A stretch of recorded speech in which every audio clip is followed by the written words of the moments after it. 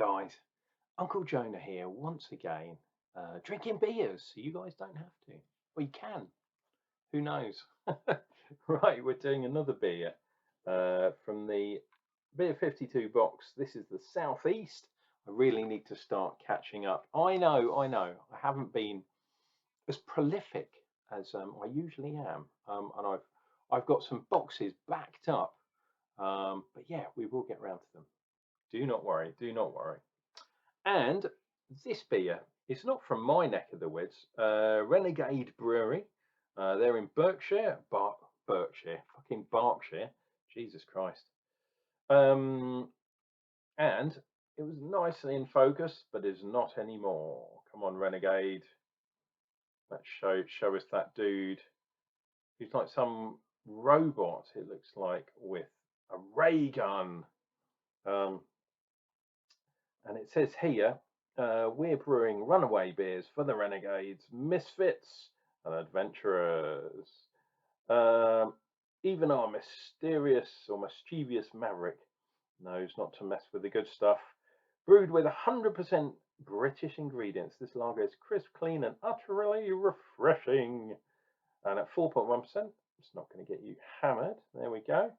It is an old dairy. I like it when old dairies are turned into breweries. They work very well. Yatterdon, RG, which is Reading, I believe. And look, Renegade Lager. There we go. This has been in the fridge. Oh look, it's got the black top. I like the black top. So we shouldn't have to worry about any exploding, and no, this time it didn't. It's weird. Dark beers shouldn't really be refrigerated. They should be reasonably chilled or cold, cellar temperature, as they say, dear viewer. But lagers, you can get away with chucking them in. So let us see what we get on this bad boy. Oh, and I have got details of the hops as well, which is Progress and Sovereign. There we go, look at that. Lovely and clear, pretty damn clear. And not much head. For a lager, yeah, that's fine. So we better do the picture. Let's try and get that guy. Yeah, let's get that guy in there. And yeah, we'll get the beer in there and I'll try and get my head in. There we go. And as you well know, dear viewer, as always, you will have seen that picture, because it will be the thumbnail for this particular video. It's fantastic. So yeah, you definitely can see through there. Is it perfectly clear? I reckon it's bright. It's known as bright. Look, the head has kind of gone. Big carbonation bubbles though. I do quite like that. And we will see what happens with regards to any lacing or tide lines, as I call them. The malts used in here are called Euro pills, but obviously grown somewhere in Britain. And interesting that they use Britain and not the UK. So there's certain islands and places that aren't within Britain. It basically means mainland. I think that's the difference from Britain.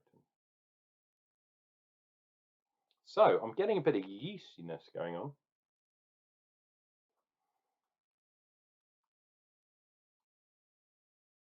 And I'm kind of getting a white, sort of maybe a lemony kind of fruity kind of thing on the aroma, which is good.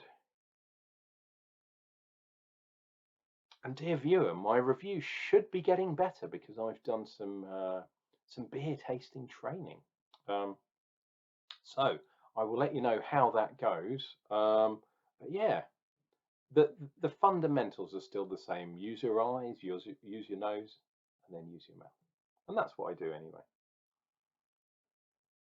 Cheers and beers. Let's dive in for a fabulous Wednesday.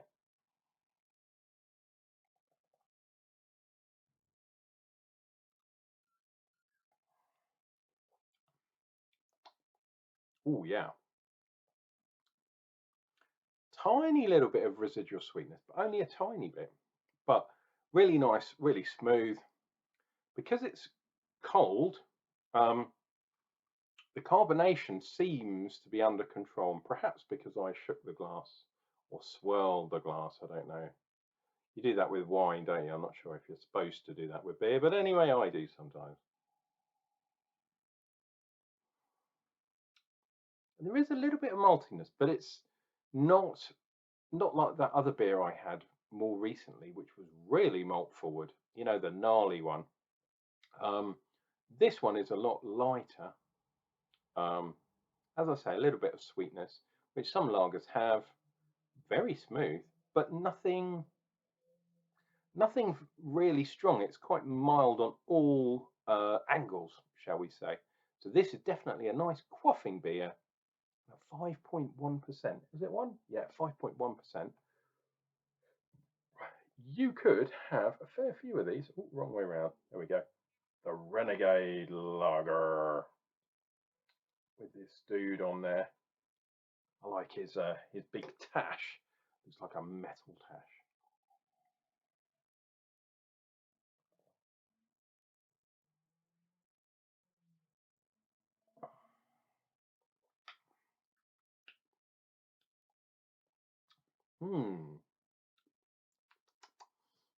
When on the nose, I was getting sort of citrusy kind of stuff, but very slight. And I said lemon. It isn't lemon. It's tasting more like lime, but in a very light kind of way. Um, Almost like those beers, you know, where you put a lime in, but dialed back a bit. It's interesting because this beer is, yeah, it's very well rounded, very light, but because of that, it's nothing extra special. But it's a really nice beer. There's nothing wrong with that. Would I go seeking it out? Probably not, because I'm not a lager man, and also because I'm not really a session man either. So something a little bit stronger, something of interest to kind of perk my grey cells into action. But there's nothing wrong with beers like this. If you like lagers, no problem at all. Just kind of not. I'll drink them. Don't get me wrong, but just kind of not quite for me.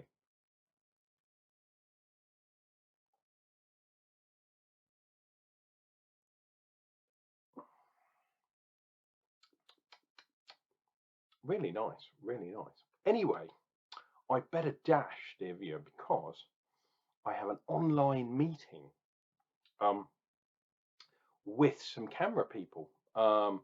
And basically, because of the training that I've been doing, which is through camera, and if you're in the UK, you'll know what camera is. Some people like them, some people don't, but they do a lot of good for the beer world. Um, and I'm going to be doing some work for them, or volunteering, let's call it. I'm not going to be getting paid. Watch this space. When things happen, I will let you know, dear viewer. But at the moment, they are in the conceptual stage, shall we say. That's easy for me to say. Lucky, it's only a 4.1% beer. Chin chin. Anyway, I better dash, so I don't want to miss my Zoom call. Take care of yourselves. Take care of each other. And why not drink some beer? Because it definitely makes you smarter.